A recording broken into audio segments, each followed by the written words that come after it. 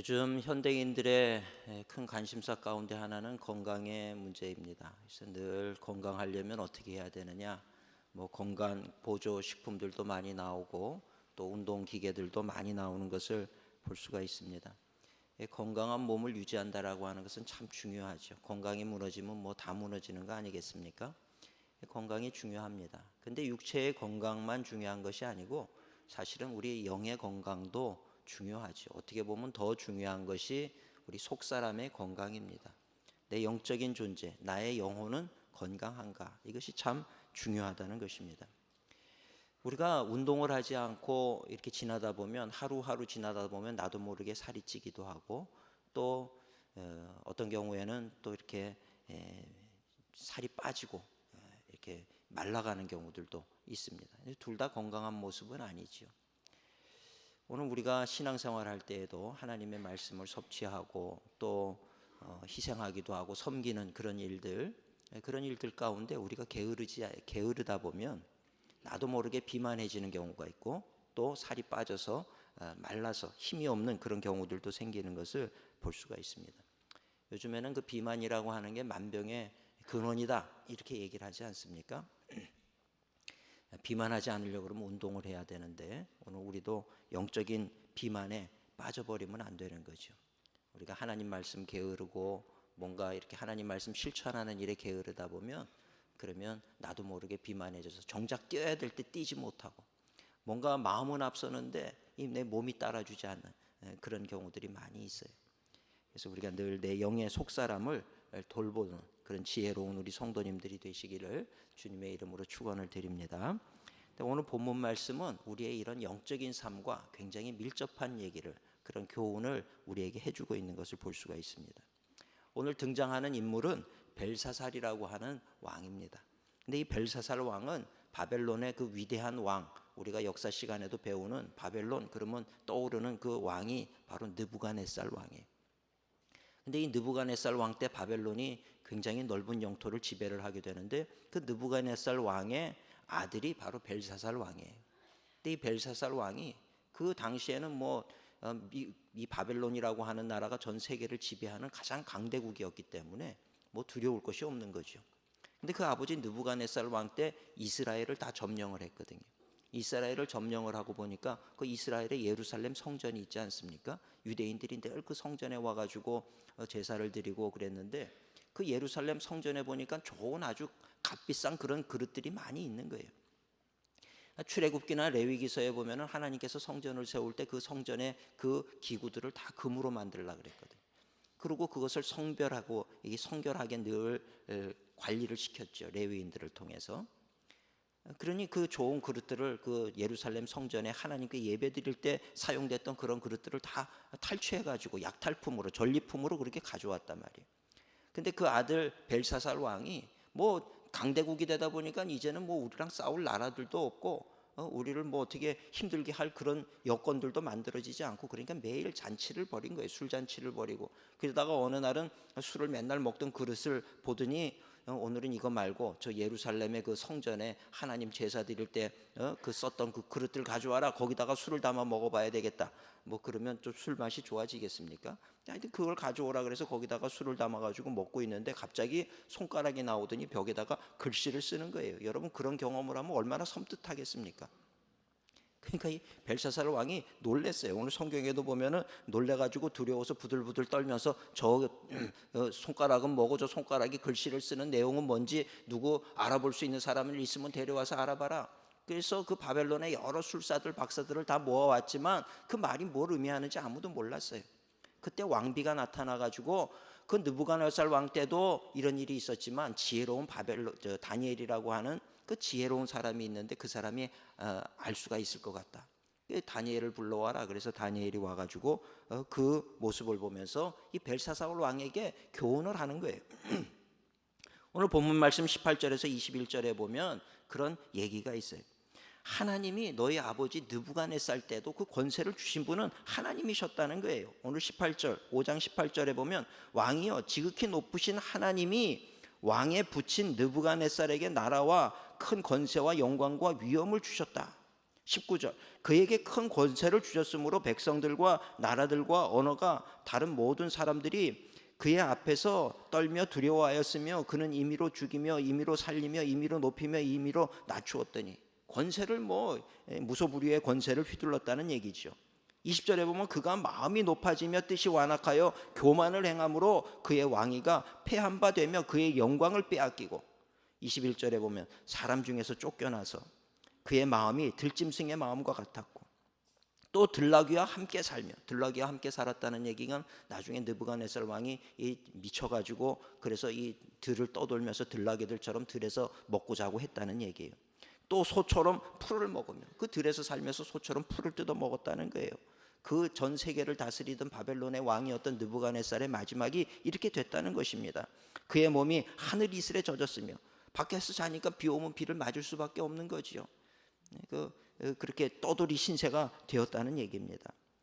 그렇게 되게 된 것을 네가 알면서도 그렇게 하나님을 두려워하지 않았느냐? 느부갓네살에게 권세를 주신 분도 하나님이시고 그 권세를 거두신 분도 하나님이시다 이 얘기예요.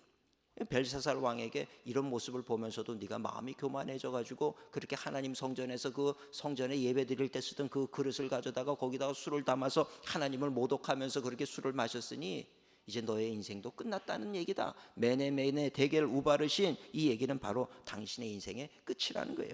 메네는 이제 너의 인생이 끝난 것이고 데겔은 이제 왕이 저울에 달아보니까 당신은 함량 미달이더라 이 얘기를 하는 겁니다.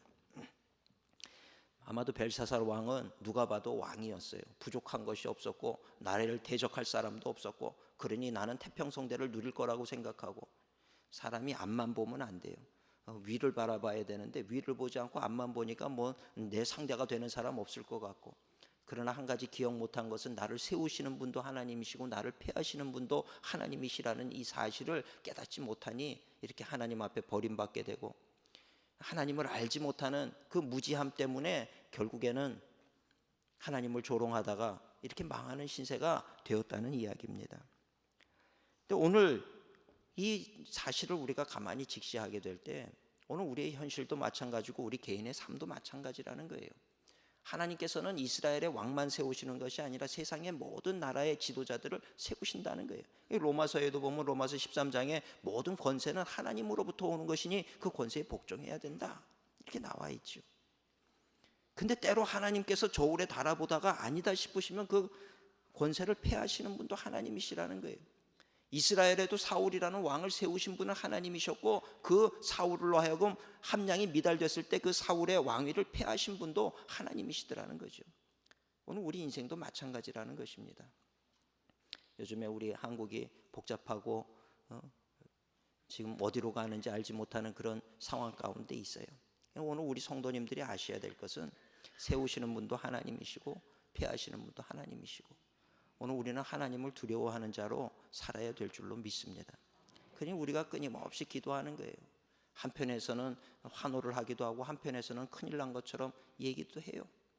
그러나 우리가 이런저런 상황에 휘둘리지 마시고 오늘 세우기도 하시고 폐하기도 하시고 지키시는 분도 하나님이시라는 이 사실을 기억하시고요. 여러분 그 소돔 고모라 성이 망한 이유를 아십니까? 소돔 고모라가 망한 이유는 악해서 망한 것이 아니고요. 의인 10명이 없어서 망한 거예요. 나 이 땅에는 그래도 기도하는 성도님들이 있어요. 그리고 우리는 무엇이 옳은지 무엇이 그른지 눈으로 보이는 걸로 우리가 정확히 알지 못해요. 이것이 전화위복이 될 수도 있는 것이고요. 또 더 어려워질 수도 있는 것이고요. 우리는 미래를 예측하지 못해요. 그렇지 않습니까? 오늘 우리는 세상을 의지하는 것이 아니라 하나님 의지하고 하나님께서 이 나라를 바른 나라로 진리와 공의가 살아있는 나라로 하나님 인도해 주시옵소서. 우리가 기도하는 민족으로 살아야 될 줄로 믿습니다.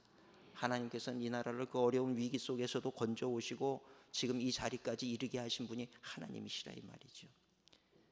굉장히 어려운 순간에도 더 어렵고 힘든 순간에도 이 나라를 건지시고 이끌어 오신 분이 하나님이신 줄 믿습니다. 그렇다라고 하면 오늘 우리의 답은 하나님인 거죠. 하나님을 또 의지하고 우리가 기도할 때 하나님은 이 나라를 복된 나라로 또 하나님 계획하신 것을 이루시는 귀한 나라로 사용하실 줄로 믿습니다. 오늘 우리가 세상의 권세에 대해서도 우리가 그렇지만 오늘 우리 자신들에 대해서도 마찬가지라는 거예요. 우리 자신들도 내가 영적으로 바로 서 있으면 하나님 앞에 쓰임 받는 존재가 되는 거예요. 세상에서도 존귀한 자가 되는 거죠. 다니엘은 하나님 앞에 온전히 서 있었어요. 영적으로 건강했기 때문에 세상적으로도 축복을 받는 인생을 살고 지도자의 자리에 서게 되었다는 거죠. 그러나 지도자의 자리에 선 자라 할지라도 영적으로 무너지니 하나님이 그 자리에서 끌어내리더라는 거예요. 오늘 벨사살에게 주는 다니엘의 교훈이 바로 그거였다는 것입니다. 그래서 오늘 우리는 늘 주님을 의지하고 내 영적인 준비가 온전히 세워지는 그런 우리 성도님들 되시기를 축원합니다. 언젠가 모든 사람에게 운명의 날이라고 하는 것은 오게 돼 있는 거예요. 근데 그 운명의 날은 소리 없이 오는 거예요. 소리 없이 와요. 언제 올지 몰라요. 지금 내 눈앞에 닥쳐 있는지도 모르지요. 그래서 오늘 우리는 매일 한순간 한순간을 살아갈 때도 두렵고 떨림으로 하나님을 의지하는 마음으로 살아가는 자가 되어야 된다라고 하는 것입니다. 저는 오늘 말씀을 중심으로 해서 우리가 생각해야 될 세 가지 말씀을 잠시 생각하고 함께 은혜를 나누고자 합니다. 첫째는 내 신앙의 무게, 함량 미달 얘기를 하기 때문에 내가 오늘은 이 신앙의 무게에 대해서 얘기를 하려고 해요. 우리의 신앙의 무게는 함량 미달이냐 아니냐 이 말인 거죠. 우리 모두는 언젠가 하나님 앞에 이 함량이 측정되게 돼 있어요. 하나님의 저울에 달리게 돼 있다는 거예요. 예전에 한국에 IMF라고 하는 어려운 시기가 있었어요. 국고가 다 탕진이 되고 없었어요. 빚은 산더미 같이 늘어나고. 그러니 우리 대한민국 국민들이 다 집에서 금 모으기를 하자 그러니까 그 아까운 줄 모르고 자기들이 숨겨놨던 이 장롱 속에 꽁꽁 숨겨놨던 금을 다 꺼내가지고 가져왔어요. 참 위대한 국민입니다. 그런 일을 하는 나라가 없다는 거예요. 역사상 대한민국이라는 나라 말고는 절대로 나라가 망하더라도 자기네 장롱 속에 숨겨져 있는 금을 가지고 오는 민족이 없어요. 근데 대한민국은 모든 사람들이 가지고 와서 그래서 그 어려운 위기를 헤쳐나간 민족이에요. 참 대단한 민족이죠. 근데 그때 특이한 사건이 한 가지가 있었으니 그게 뭐냐 하면 금을 가져왔는데 진짜인 줄 알았는데 가짜 금들이 그렇게 많더라는 거예요. 또 한 번 세상을 놀라게 한 거죠. 아니 다 좋은데 또 한편에서 속이는 사람은 뭐냐 말이죠. 순금입니다 그랬는데 순금이 아니라 썩었더라 이 말이죠. 그래서 또 한 번 세상을 놀라게 했어요. 참 제가 그걸 보면서 우리 신앙도 마찬가지라는 거예요. 나는 내가 진짜 정금 같은 신앙인인 줄 알고 있었는데 하나님의 저울에 달려보니까 이게 순금이 아니더라. 얼마나 당황되는 일이겠느냐 이 말이죠.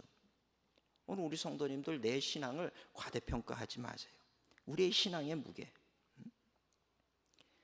우리가 하나님 앞에 인정받는 신앙인이 돼야 되는데 우리는 하나님보다는 세상 사람들에게 인정받으려고 그래요. 내가 뭐 하려고 그럴 때 누군가가 나에 대해서 평가를 하면서 그 사람은 함량 미달이에요 이러면 기분 나쁘겠죠. 그러나 사실 그건 기분 나쁠 일이 아니에요.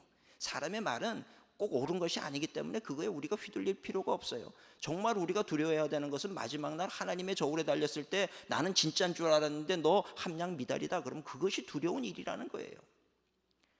오늘 우리 성도님들은 어떻습니까? 내가 준비가 된 그런 신앙적으로 함량 미달이 아니라 나는 불순물들 다 제거하고 온전한 정금 같은 신앙인으로 내가 살아가고 있는지 내 신앙의 무게는 어떠한지 나를 돌아보는 자가 돼야 된다는 이야기입니다.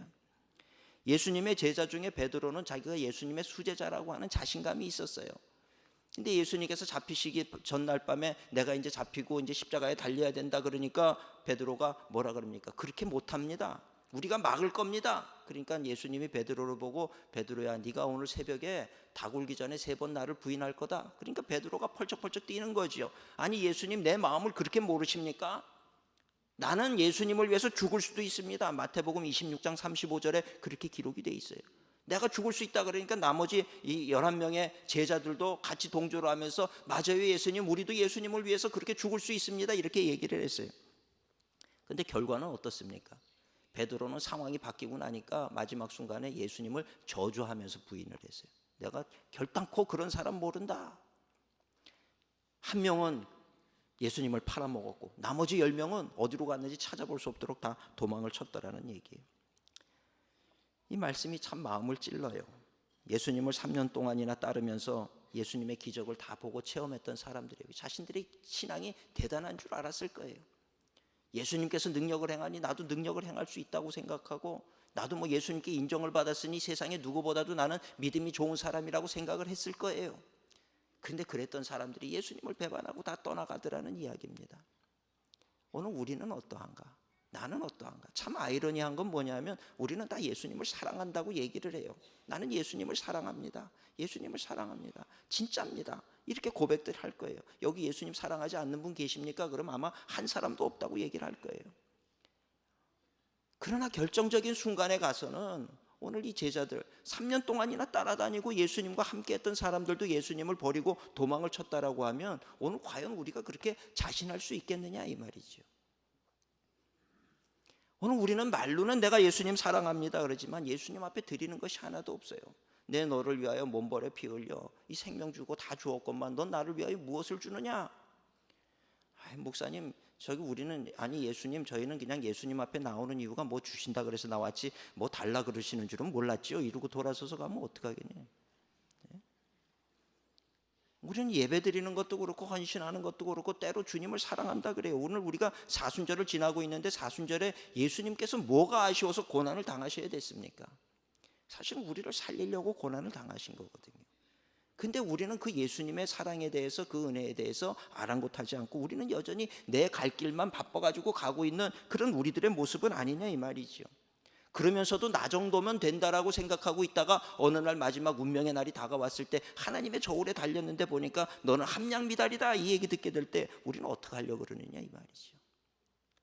우리 성도님들 제가 겁주는 게 아니고요. 저를 비롯해서 모든 성도님들이 그런 착각 속에서 깨어나야 돼요. 할 수만 있다고 하면 한순간이라도 내가 주님의 영광을 위해서 뭔가를 더 하기 위해서 정말 주님을 사랑한다는 걸 내 삶을 통해서 증거해 보이기 위해서 우리는 달려가는 그런 인생이 돼야 된다는 얘기입니다. 오늘 우리 성도님들 뒤처지지 마세요. 내가 영적으로 비만증에 쌓이면 안 돼요. 기름기가 끼면 안 돼요. 그거는 죽음의 신호예요. 오늘 영적으로 우리가 기름기가 끼기 시작하고요. 뭔가 잘못된 인생을 살아가면 안 된다는 것입니다. 제가 늘 말씀드리지만 제가 왜 이런 얘기를 하느냐. 목회자의 목표는요. 우리 본인이 돌보는 그 교회 성도님들이 하나님 앞에서 칭찬받는 성도가 되는 게 목회의 목표인 거예요. 여러분들 한 분도 낙오하지 아니하고 하나님 앞에 칭찬받는 자가 되시기를 주님의 이름으로 축원을 드립니다. 그걸 위해서 오늘 우리가 이대로 살지 말고 한 가지라도 더 내가 이번 한 주간 동안에는 내가 하나님의 영광을 위한 뭔가 한 가지를 하겠습니다. 내가 지금 이 순간에 내가 하나님의 영광을 위해서 말씀을 더 깊이 묵상하고 누군가를 위해서 기도하고 나라 민족을 위해서 기도하고 한 영혼을 살리기 위해서 내가 전도를 하든 아니면 내가 어떤 봉사의 자리에 나아가서 섬기는 일을 하든 뭔가를 하겠습니다. 내가 있는 직장에서 내가 그리스도를 증거하며 살겠습니다. 어려워하는 동료들이 있으면 내가 도우며 살겠습니다. 하나님의 영광을 위해서 내가 뭔가를 하려고 하는 그런 마음의 자세가 없으면 오늘 우리는 아무것도 안 하게 되는 거예요. 운동을 하겠다라고 결단을 해도 안 되잖아요. 오늘 내가 하나님의 영광을 위해서 살겠습니다. 결단조차도 안 하면서 내 삶 속에서 그리스도의 향기가 나타날 수는 없다라고 하는 것입니다.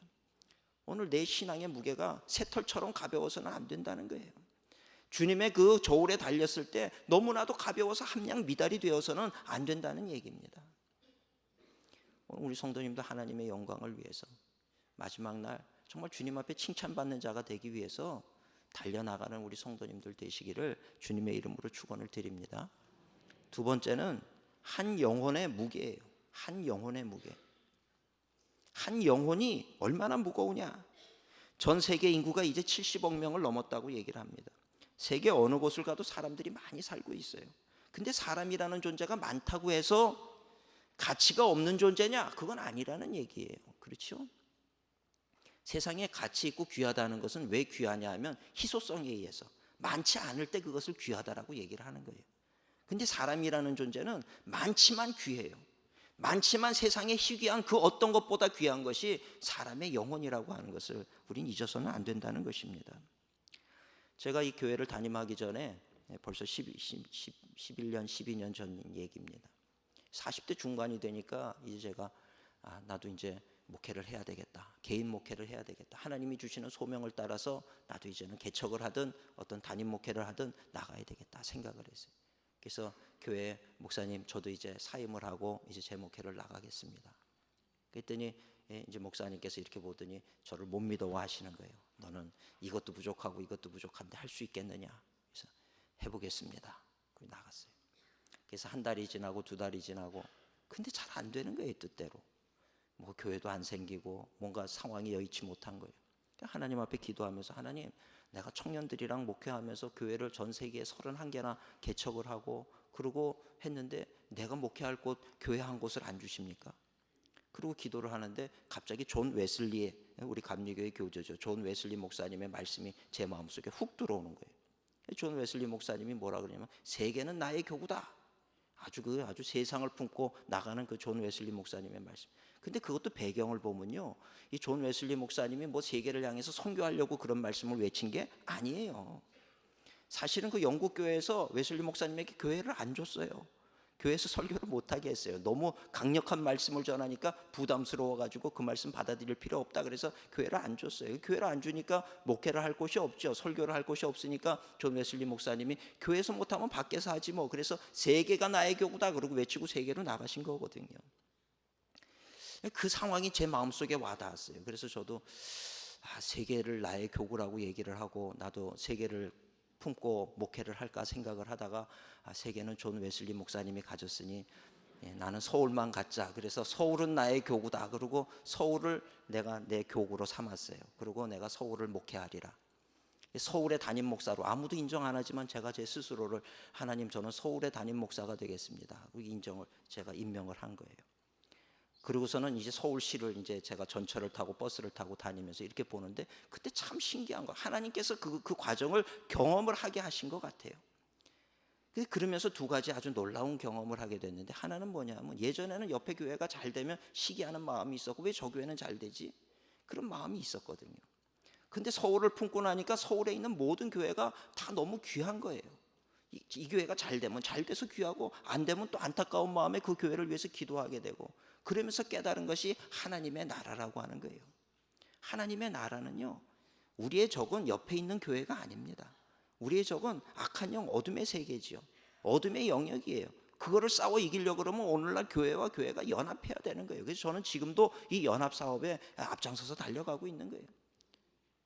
어느 교회가 못하면 힘 있는 교회가 도와야 되는 거지요. 함께해서 하나님의 나라를 세워가야 되는 거예요. 모든 교회들이 건강하게 세워져 가야 되는 거지요. 그것이 하나님이 기뻐하시는 거라고 하는 것을 제가 깨닫게 된 거예요. 그래서 이제는 약한 교회를 보면 저 교회는 저렇게 약해서 안 됐다 그러고 지나가는 게 아니라 그 교회를 위해서 하나님 축복해달라고 기도하는 마음이 생기더라는 거예요.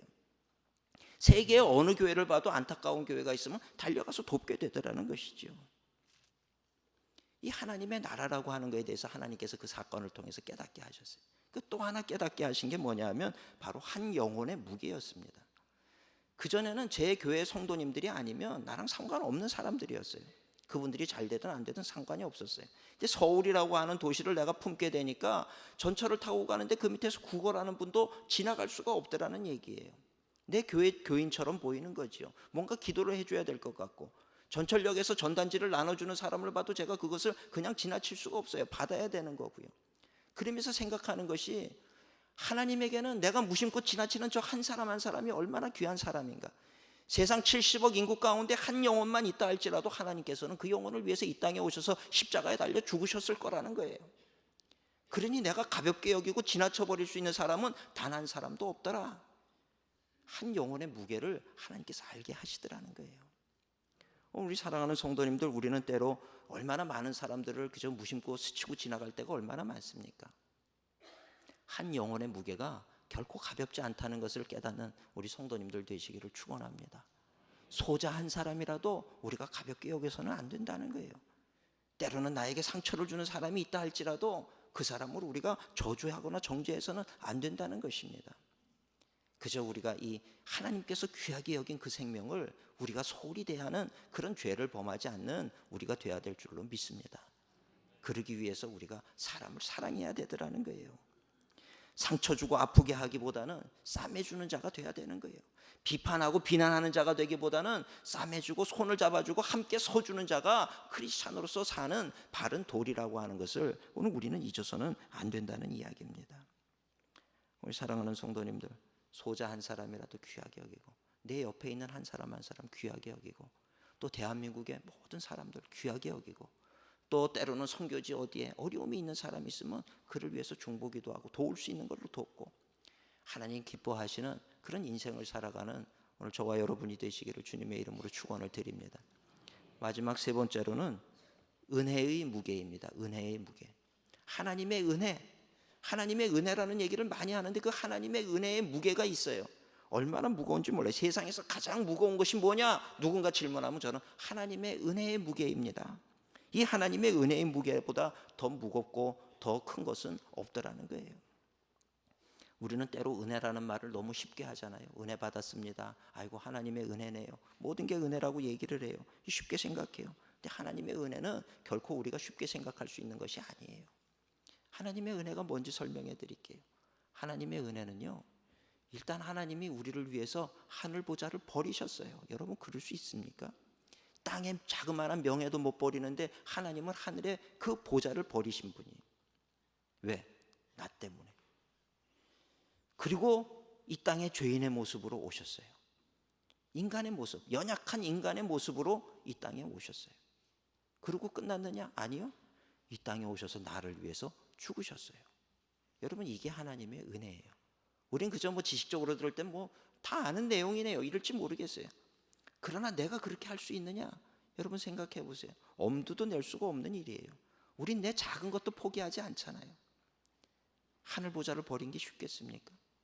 누군가를 위해서 내가 그걸 포기할 수 있겠습니까? 그것도 다른 사람이 아니고 악질 죄를 범해가지고 이제 사형수의 그 사형의 언도를 받은 그 사람을 위해서 내가 나랑 아무 연고도 없고 상관도 없는 그 사람을 위해서 내 모든 것을 포기하고 내가 그 사람에게로 다가가서 그 사람을 위해서 대신 죽어줄 수 있겠습니까? 그건 있을 수 없는 얘기라는 거죠. 그래서 하나님의 은혜는 말로 설명할 수 없는 은혜라는 것입니다. 우리가 신앙생활하면서 우리는 때로 하나님의 은혜를 체험하는 여러 가지 도구들이 있어요. 말씀을 들으면서도 은혜를 체험하고 기도하면서 또 찬양을 들으면서 또 성도의 교제 가운데도 하나님의 은혜를 체험하고 많은 것들이 하나님의 은혜를 체험하는 통로예요. 하나님 은혜의 통로가 되는 것들이 많이 있어요. 근데 우리가 그렇게 받는 은혜가 하나님이 우리에게 주시는 은혜의 전부이냐 하면 결코 그렇지 않다는 겁니다. 우리가 체험하는 은혜는 하나님의 은혜에 있어서 0.00001%도 안 된다는 걸 알아야 돼요. 하나님의 은혜가 우리에게 부어지는 것을 많이 받으면 어떻게 되는지 아십니까? 우리가 견디지 못해서 아마 죽고 말 거예요. 너무나도 큰 은혜라서. 우리가 잘 아는 성 프란시스라고 하는 사람이 있죠. 주여 나를 평화의 도구로 써주옵소서. 근데 이 성 프란시스는요, 모든 재산을 다 가난한 사람들에게 팔아서 나눠줬어요. 가진 것이 아무것도 없어요. 그런데 방 안에 있다가 갑자기 길거리로 뛰쳐나가는 거예요. 길거리로 뛰쳐나가서 그 하늘을 향해서 외치기를 시작을 하는데, 예수 그리스도의 사랑이 나를 미치게 하는구나. 예수 그리스도의 사랑이 나를 견딜 수 없게 한다는 거예요. 이 그리스도의 사랑을 생각하면 내가 견딜 수가 없어. 방에 가만히 앉아 있을 수가 없어서 거리로 뛰쳐나가서 소리를 외치는 것이 그 성 프란시스입니다. 하나님의 은혜를 체험하니.